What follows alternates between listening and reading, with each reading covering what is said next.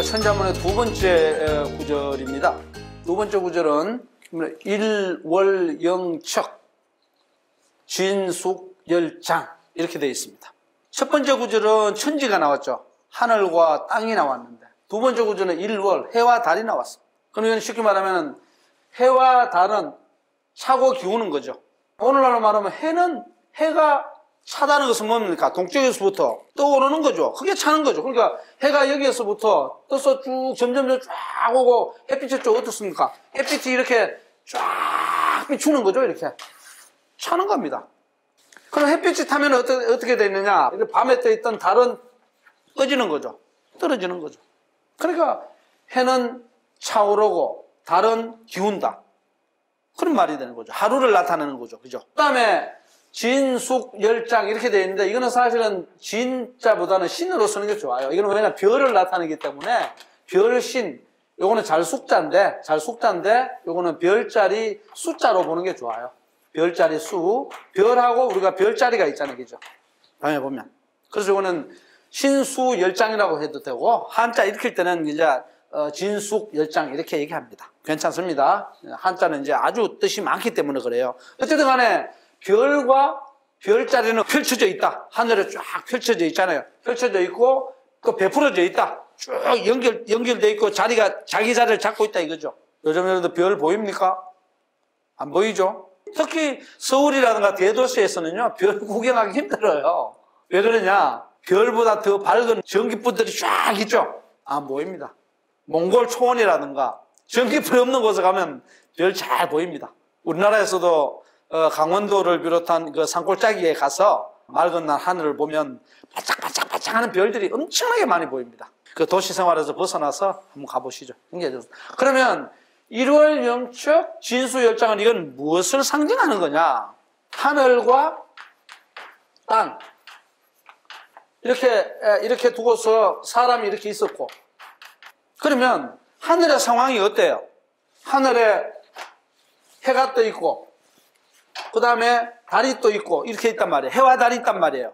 그러면 이 해와 달은 하루에 어떻게 됩니까? 해는 변하지 않죠. 근데 달은 보름달이냐 초승달이냐 반달이냐 달라지죠. 그죠? 그것에 따라서 끊임없이 하늘의 상황이 왔다 갔다 이렇게 바뀌는 거죠.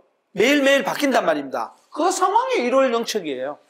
그럼 우리는 그걸 보고 여러분들은 어떤 기분을 느끼나요? 아침에 해가 뜰 때와 저녁에 석양이 질 때, 해 뜰 때는 뭐 동해안 같으면 정동진 이렇게 있고 서해안 낙조를 이렇게 보면 굉장히 아름답잖아요. 그죠? 근데 그 아름다움을 보면서 여러분들은 자연 풍광 자체만 보고 말아버리나요? 인생의 감정을 느끼나요? 생각을 해보시죠. 그런 생각이 만약에 없다 그러면은 굉장히 삶이 건조해요. 무미합니다. 자, 그런 거를 이제 알려주는 거니까 차다는 의미와 기울다는 의미를 봐야죠. 어린아이들을 햇빛에 비유하면 끊임없이 인생을 박차오르죠.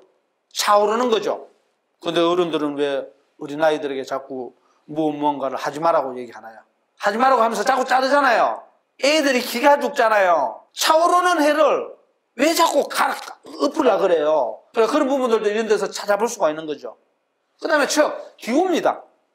차오르는 게 있으면 균형을 맞춰야 되기 때문에 기울게 마련이죠. 그럼 기울 때는 어떻게 됩니까? 완벽하게 기울어져서 빠져줘야 되죠. 그러다 버티고 있어. 그럼 차오르지를 못해요. 그러니까 세상이 돌아가는 자연의 섭리, 자연의 이치를 가지고서 인간의 이치를 우리가 고민을 해야 되는데 자연의 이치를 모르는 게 되죠. 그러니까 일월영척이라는 네 글자가 그런 걸 일러주는 거예요. 우리 인생도 저처럼 이제 환갑 좀 이렇게 되면 이제 지금은 좀 달라졌습니다만 옛날로 보면 기울어가는 인생이죠. 거의 이제 죽음에 가까워가는 인생이고, 이제 10대, 20대 우리 청소년 아이들은 어떻습니까? 차오르는 해죠. 떠오르는 해죠. 그런 사람들에게 자리를 서서히 양보해줘야 되죠. 그래야 균형이 맞죠. 근데 아직까지도 많은 사람들이 어린 것들이 뭘 알아? 안 돼! 떠오르지 마! 하고 내가 아직까지 더 어른으로서 더 내 인생을 더 살까 누른다? 그럼 세상 균형이 안 맞아요. 고민을 좀 많이 해줘야 돼요. 부모 자식 간에도 마찬가지고요. 어른과 아이 사이도 마찬가지고요. 모든 원리가 그런 데 있습니다. 그 다음에 진수열장. 이거는 뭐냐? 이 하늘을 딱 이렇게 보니까 별들이 쫙 이렇게 쪄 있어요. 이렇게. 그 다음 북두칠성도 여기 뭐 이렇게 자리 잡고 있고, 은하수가 이렇게 막 있고, 마구 있어요. 이렇게 쫙 벌려져 있더라. 하늘의 세계가 그러하면, 다시 적용해보면 어떻습니까? 인간의 세계도 그러한 거예요. 세상 자체가 어떻습니까?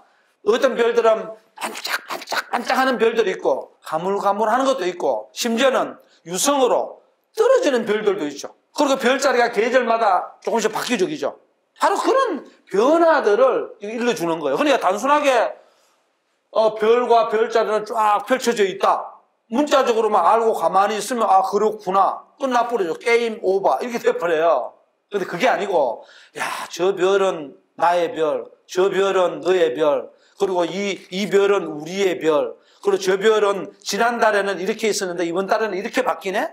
아, 변화하면서도 또 인간 세상은 이러하구나. 여러 가지로 고민해 볼 수 있죠. 여러분들 모두가 하늘에 떠 있는 하나의 별이라고 생각을 해 보십시오. 나는 과연 반짝반짝이는 별로 되어 있는가? 아니면 유성처럼 휙 하고 떨어지는 별인가? 무리가 딱 찢어져 있는 이런 데 속해 있는 것인가? 수많은 것들을 생각할 수 있죠.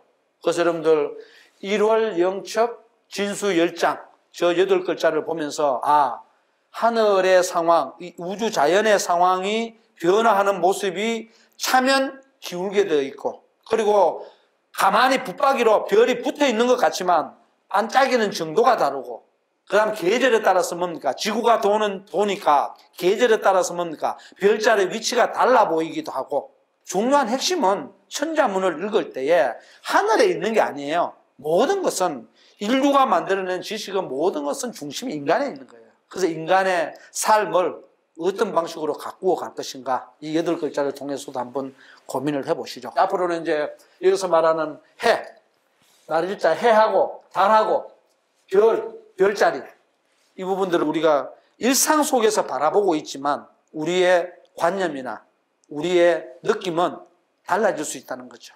그런 차원에서 한번 이 8글자를 한번 읽어보면 대단히 좋겠습니다.